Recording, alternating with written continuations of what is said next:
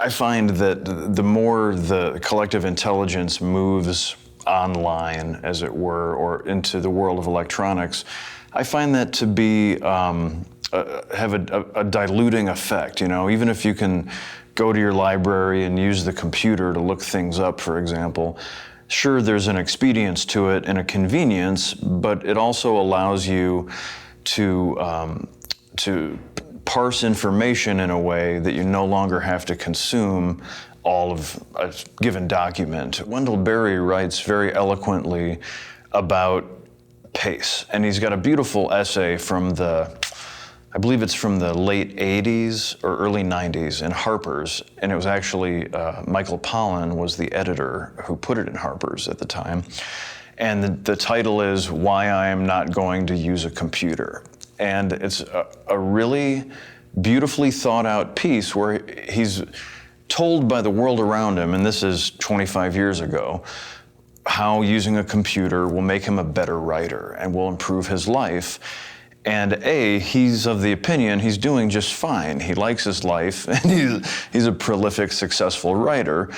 But B, he points out that when he was young, you used to travel by foot or by horse.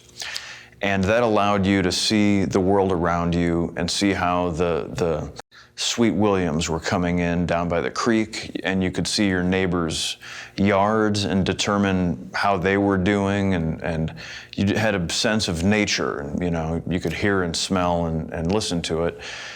And then we sped up to the speed of an automobile, and I just found this really profound that, you know, now when you drive to town, per se, if you will, you no longer notice those things because we're moving too quickly.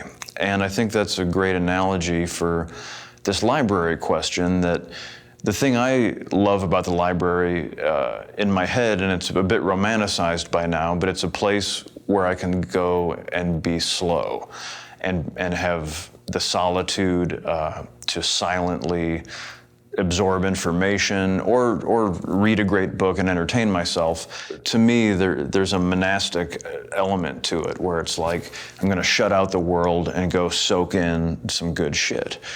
And the more it becomes a place where you can like send your kids to be babysat by a computer, I don't think that's necessarily my favorite thing about it.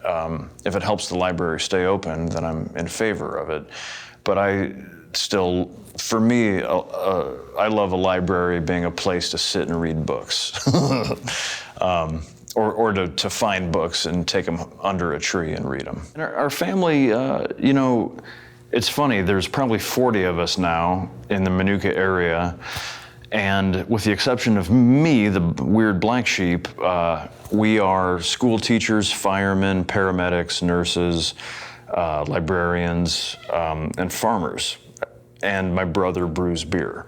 So they're all doing the Lord's work. They're all the salt of the earth.